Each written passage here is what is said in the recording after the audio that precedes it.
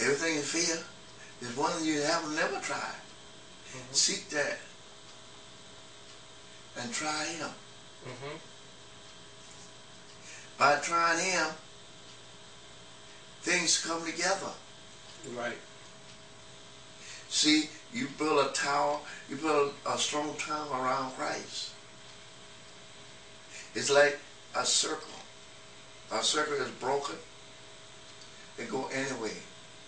It fall down, go crumble, go anyway. Once that circle, that missing link, come back into that circle. That circle of chain or what it is, come more strong and powerful than it ever been. Like the Bible says. And it say only because that strong length come back is Christ. Right. And the Bible says a threefold cord is not easily broken. So if you are a mother and father, two parents, it's important to have Christ in your life and to have a relationship with the Creator in your life, because that is a cord that binds you together. When you don't understand each other, you have a mediator. You have somebody to go to, somebody to pour out your misunderstandings and things to. You have somebody to communicate to pray to, you know, because the truth about family is that we go through so much stuff that you cannot always confide your business in even other family members, like sisters, brothers, mother-in-law, father, and mother and stuff like that, because they might look at your go through and down your situation, speak more poison on top of what you're already going through, and then you and your wife might work out your problems, and then your family's still going crazy because you done told all your business. True. Yes. Now, if it's a detriment, if it's something that's truly a serious problem, then I believe, in my opinion, that may be something you can share. But if it's regular, ordinary problems, you know, your husband told you, you know, I got the pink slip, I'm not worried about looking for a job, and you're telling them finances, finances, finances, we need finances. Yes, that be true, but sometimes it's not always a great idea, a good idea, to start putting your business out there and getting the rest of the family involved in your business. You know, you want your mother-in-law to come tell your husband to get a job, or your father-in-law to come tell your husband get a job, or your brother, or whoever. Sometimes getting the family involved in your business is not the best idea, because the two of you might work out your problems and differences, and then the family's still going crazy over whatever the problem may be. And then there are situations that are more serious, such as cheating and things of that nature. When your spouse is caught doing something, if your spouse is being abusive to you, beating you, being abusive to your children, sexual abuse to your children, where things get more extreme and more serious, then those are other measures that I feel like sharing things is okay, because it is what it is, and you need somebody to be there for wisdom, for guidance, for support. So to wrap this all up, wisdom in the family is important.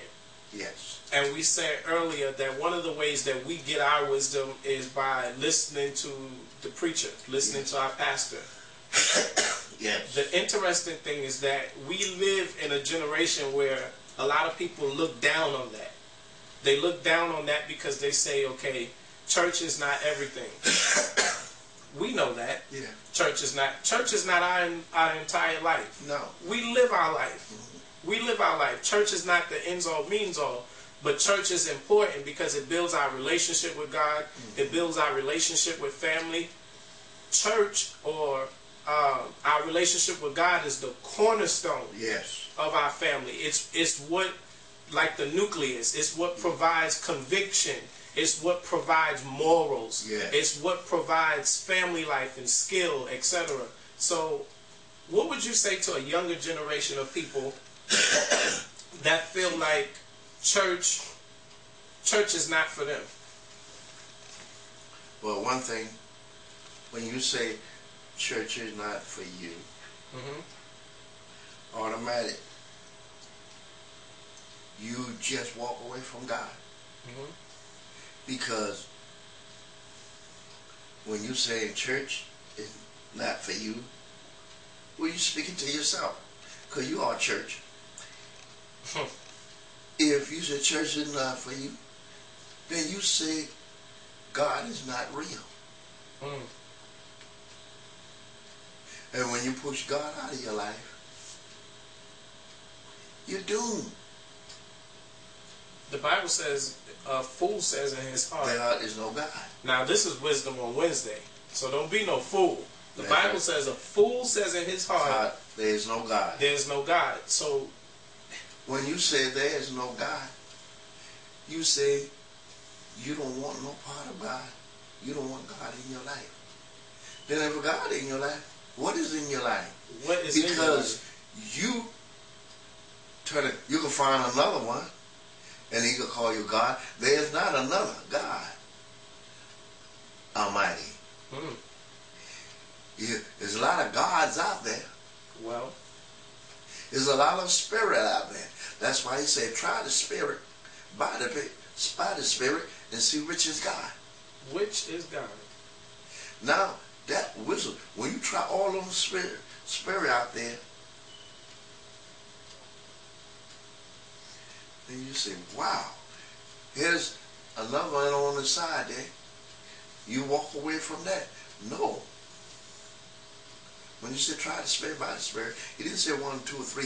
All. One go, you left one out. And that one is Christ. So when you have the wisdom of God, is it possible to try my spirit? Yeah. No. Because see, number one, you know God's voice. Right. You know, when you walk away from God, you know Satan's voice. Right.